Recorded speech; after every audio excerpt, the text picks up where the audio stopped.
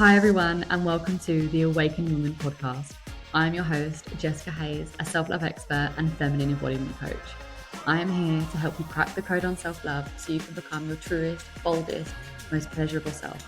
Because once you know who you are, you know what you want. In this podcast, we'll be diving into what it means to be an awakened woman, the different modalities that have helped me break free from societal programming, and how self-love is at the centre of everything that we do.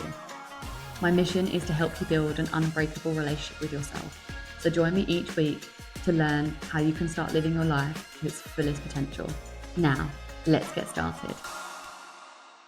Hi, and welcome to the first ever episode. Oh my goodness, I'm so excited and I'm so grateful that you're here.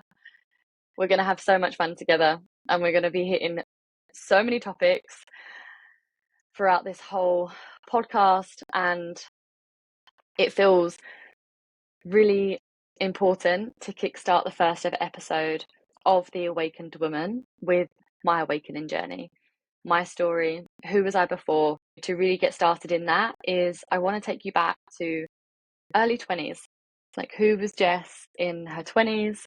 And I always considered myself, I always believed in spirituality. I always believed in astrology. I followed astrology. I was always that person that had to read it in the back of the newspapers.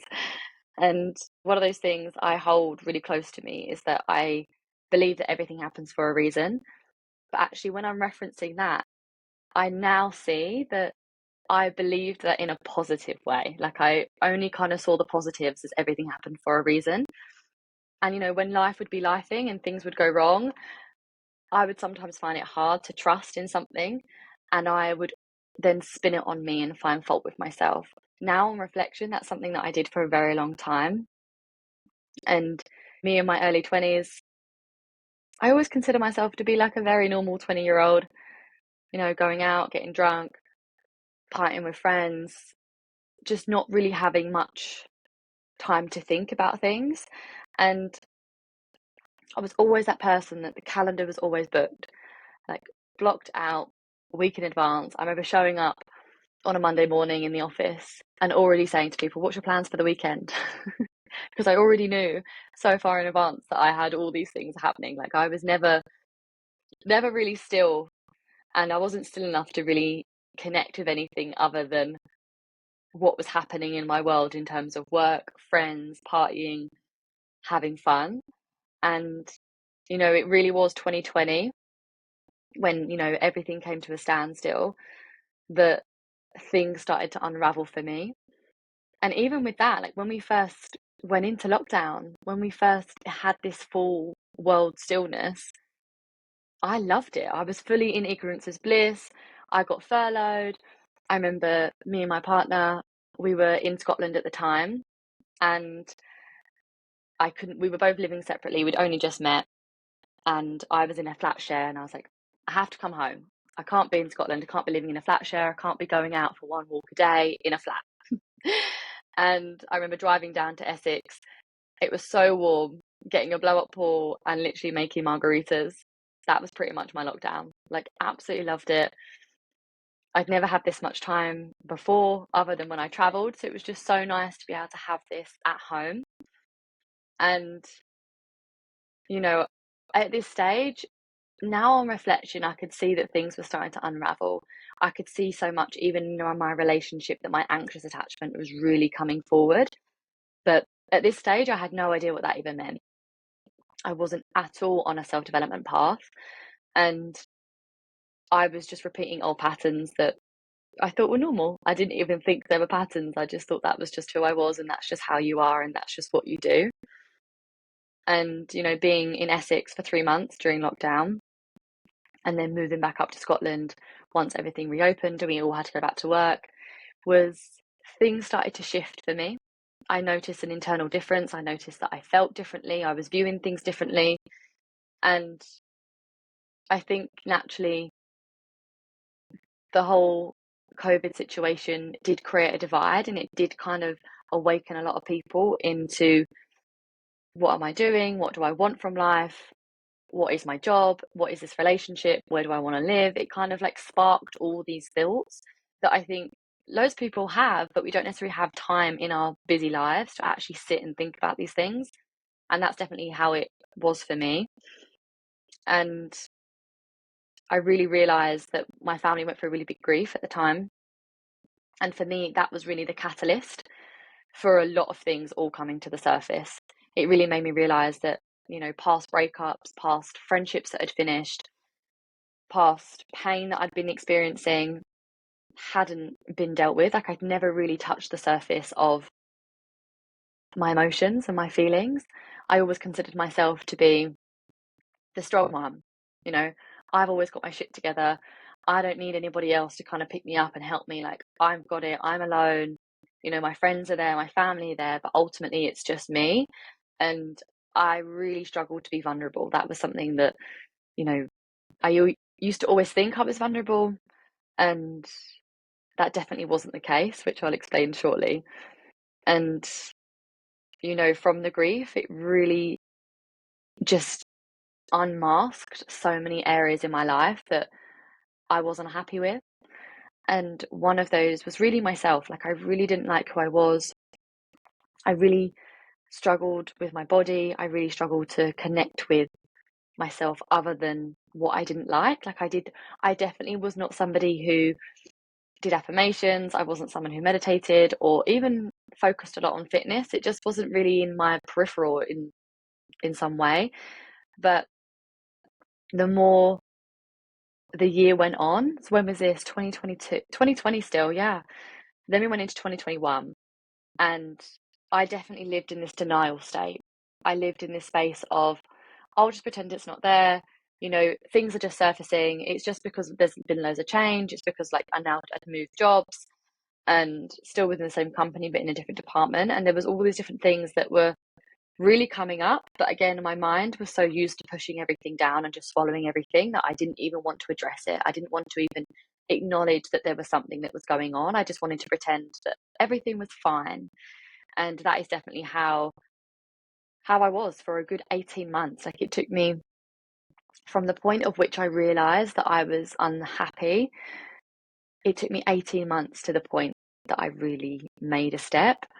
And, I really have a lot of empathy and a lot of gratitude for that version of me, because I was doing everything that I thought I was supposed to do. All I knew was to carry on. All I knew was just to pick yourself back up, dust your shoulders off, and keep going. I had no tools, I had no framework of what you're supposed to do, how you're supposed to feel your emotions, how you ask for help. I just didn't have any of that. And I think one of the things that I really kept myself stuck in was this whole mindset of, who on earth am I to be feeling this unhappy? Like, who on earth am I to be feeling this low? I had everything on paper that I thought would make me happy. I had the mortgage, I had the partner, I had job, I had my dog, I had friends, I had my health. I had all of these things, and of course, they do contribute to your happiness. But I think one of the enlightening experiences from my whole journey has been, the external factors do not make you happy. And the reality is, we have been programmed so deeply to believe that they do. And that was kind of where everything started to shift for me. That's where, like, the construct of everything who I was, how I was living, what I thought, how I thought to behave, all these different things were all starting to make a shift. I started to read new books. I was listening to new podcasts. I was following different things on Instagram. It was all external factors that I could kind of do for free, that was just helping me expand my mind, helping me expand the capacity to think or feel a different way. And again, even then, it still took me until 2022 until a real shift actually happened. And I remember it so well, of being in my flat in Edinburgh and being in my bedroom, getting ready to go to bed, and my partner come in, and I said, "Nothing's enough for me." And he was like, "What do you mean? What do you mean nothing's enough for you?" And I said, like, you're not enough, family's not enough, my job's not enough, this house is not enough. Like, I don't know what it is, but I just feel so unsatisfied. Like, I don't know how else to even explain that. And, naturally, neither of us are in this conscious space. So it created conflict. And, he took it personally. I thought it was everybody else's fault other than me. I thought it was him doing something wrong, or the job wasn't right, the house wasn't right, everything wasn't right. And it really was like a flick of a switch one day. And it was in that moment, I'd gotten up from the bed, I was in the kitchen, and it literally was like a light bulb. And I realized I was the common denominator. I was pointing a finger at everything else that I considered wrong or unsatisfying in my life, but I wasn't looking at myself. And as cliche as it is, I remember Googling therapist near me, and like that's how I found my therapist. And that is how my conscious awakening began.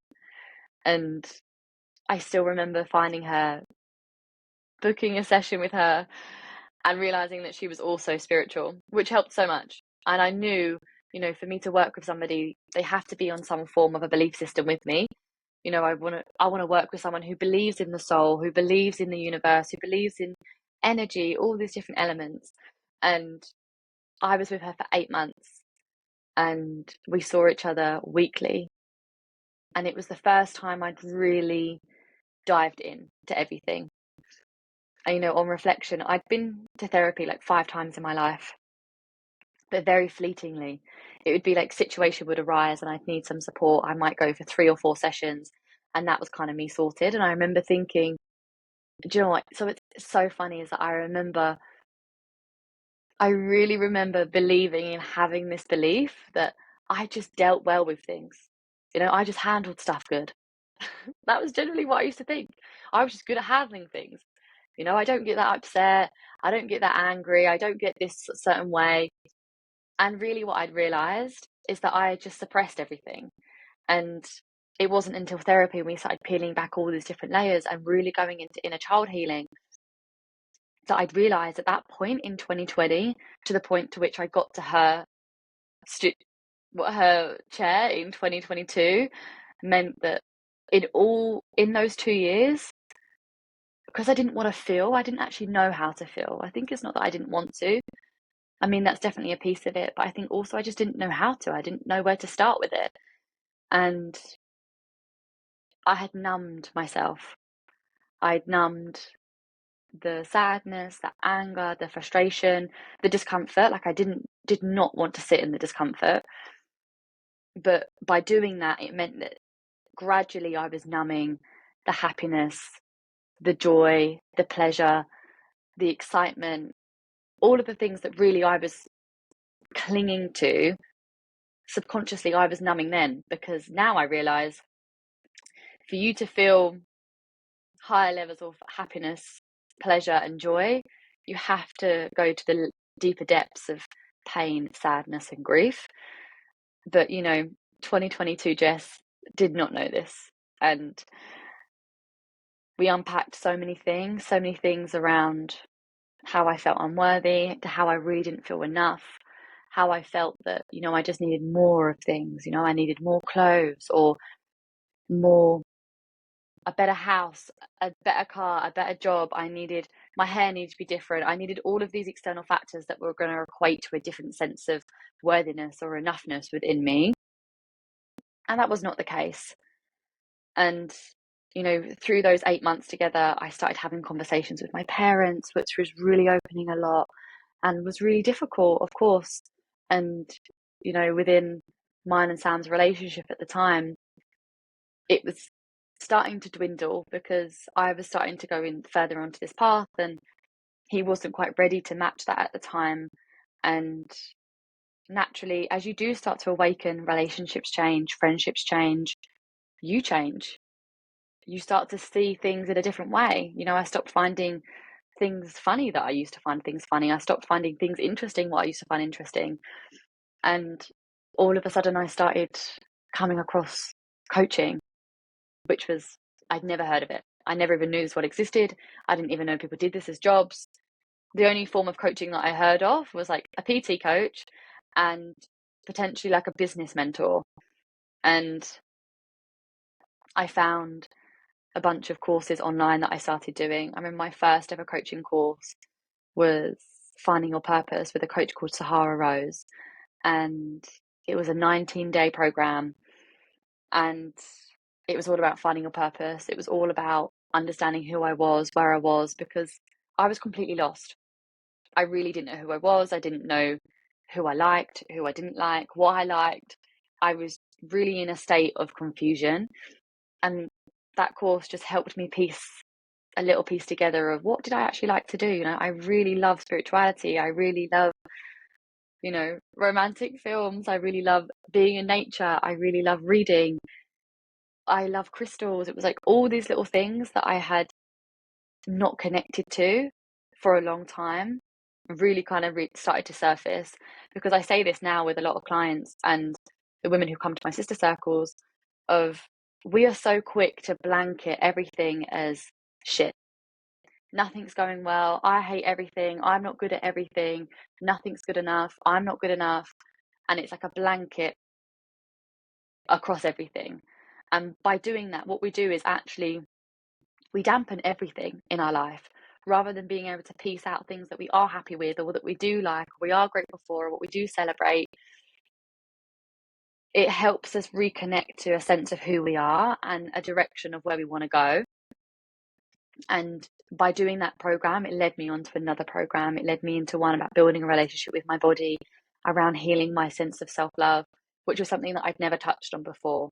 You know, I really believed that self-love was just baths and facials and things like that, which actually is self-care. It's not, it's part of self-love, but self-love really is at the center of everything that we do. And that's what I fundamentally believe.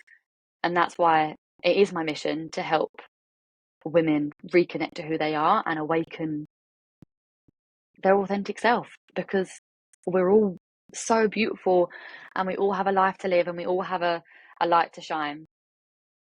And starting doing these courses, it really made me realize how little I thought of myself, how much I didn't like myself. And, you know, through the practices and the tools that I was being given and support that I was being held, it led me into the program of the Infinite Self-Love Coaching Academy, which is where I studied to become a self-love coach. And I still remember before I made the investment, it was the first big investment I'd ever made on myself. You know, I thought investments were mortgages, for like a deposit for a mortgage, maybe a car and a holiday. That was as far as like investing in myself went. And in clothes, makeup, you know, the normal things, but I never actually considered this to be a normal part of investment. And I remember walking around the park in Edinburgh with Sam and saying, I'll pay this money to feel better. Like, I can't go another 6 months feeling how I'm feeling. And if a job comes out at the end of it, then that's a bonus. But right now, I'm doing this for me. And I remember starting the 3 months, and it absolutely changed my life. Completely changed my life. It just opened up a whole other world. I was doing practices every day. I was connected with myself every day. And I say this even now in the Goddess Awakening, which is the group program that I run for women, is one of them is mirror work. And that's something that I'd never really given much thought to. Like, I always went to the mirror and spoke badly to myself. Like, that was just normal. I never considered being or doing anything different. And it took 2.5 months of consistently showing up, speaking to myself nicely, reprogramming what I believed true about myself, to actually feeling a change. And I remember being 3 weeks in, being like, I don't really feel any different. And being guided and being held by my coach at the time to like not give up, keep going, keep being consistent, because it will change. Eventually you'll feel a switch. And I did. And really just everything built from there. It was like a catalyst upon everything else. And after the 3 months, I qualified, and it was like full announcement of everything else on Instagram of like, this is what I'm doing. I'm taking clients. I'm doing all these things. And, you know, other things surfaced. You know, I'm now currently in a training to become a sex and relationship coach. And beautifully, that coach said to me, or said to us on the call, if you want to heal your trauma and you want to work through your limiting beliefs, run a business, because all of your insecurities are going to surface. And I've really seen over the past 2 years of now being a full-time coach, you know, healing isn't linear. So many things will come up. We get to new levels. We get exposed to new different areas of ourselves. New shadows come to light. And it's really made me humble of what I thought back in 2022 this journey was going to be. You know, I really thought this journey was linear. I really thought, you know, I do A get to B equals C. I really thought that's just how this went. And, you know, it was a rude awakening when I realized that isn't how it works. But I found such a deep sense of who I am and a deep knowing of my purpose, what I'm here to do. And this exposed me to a whole other world outside of coaching, even within coaching. And this is why I really wanted to create this podcast, is because I know how much podcasts helped me at the beginning, and I know how much they help me now, how much information they bring me, how much insight they bring me, how much they expand me and continuously keep me evolving. Is the more we learn, the less we know. And this is where, you know, I'm very open about my journey of, in the past 2 years, I feel like I have just gone from, I feel like I've done a complete 360 in who I was. Like, I'm not the same person. I feel more me than I've ever felt before. You know, I never considered myself to not have been a confident person, but now I see that the confidence that I had at the time was still masked by so many insecurities and so many limitations and so many belief systems. Whereas now it really feels like a deep rooted confidence within my body that I know who I am and I love who I am. And, you know, even as I say it, I know that there are still parts of me that I don't know. There are still parts of me that I'm going to discover, especially as I stay on this journey. And I really believe that a self-discovery journey, a self-love journey, an awakening journey is a self-respecting life choice. Like, you choose to do this. You choose to evolve. You choose to deepen your awareness, your consciousness. You choose to rewire programming that we have been taught around love, sex, relationships, self, work, career, life. You know, we have been conditioned from a very young age and even before birth of what's expected of us and what we're supposed to be doing. And I really believe that your awakening is that point to which you question everything. Why am I doing this? Why am I expected to go to university, get a job, meet someone, get engaged, get married, have kids? Why is that my path? What if I don't want that to be my path? What if I want my path to look differently than what has been created? And stepping out of that social norm sparks a lot of fear. And this is where I think it's so important and imperative that we find our tribe when we're on this journey. And I share often with the women in my sisterhood circles that the reason that I started the community was I was that woman sitting in my bedroom alone thinking, what the hell is going on? Who am I? I don't understand anything. I'm completely confused. I'm lost. I don't even know what to do. I don't know what direction I'm supposed to move in first. And I tried really hard to try and find communities, and it just never felt aligned to me. And when I got to a point where I felt confident enough to create my own, that was a huge mission of mine, is that I didn't want any other woman to be sitting in their bedroom thinking, no one understands me. I'm completely lost. I have no one to turn to, because we always have someone to turn to. And sometimes it's a completely new space. And sometimes it's a pre-existing friend or partner or community that we're already a part of. But I know for me, back when I started, I needed complete newness because I didn't know how to be vulnerable. I really struggled with that. Whereas now, I pride myself in my vulnerability. I pride myself in the devotion to be vulnerable.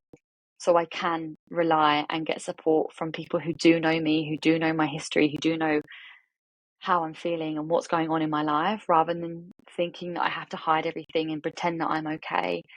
And this is really why I wanted to create this podcast, is to enlighten everybody to so many different ways that we can expand our mindset, heal our trauma, rewire our nervous system, because there are so many modalities out there.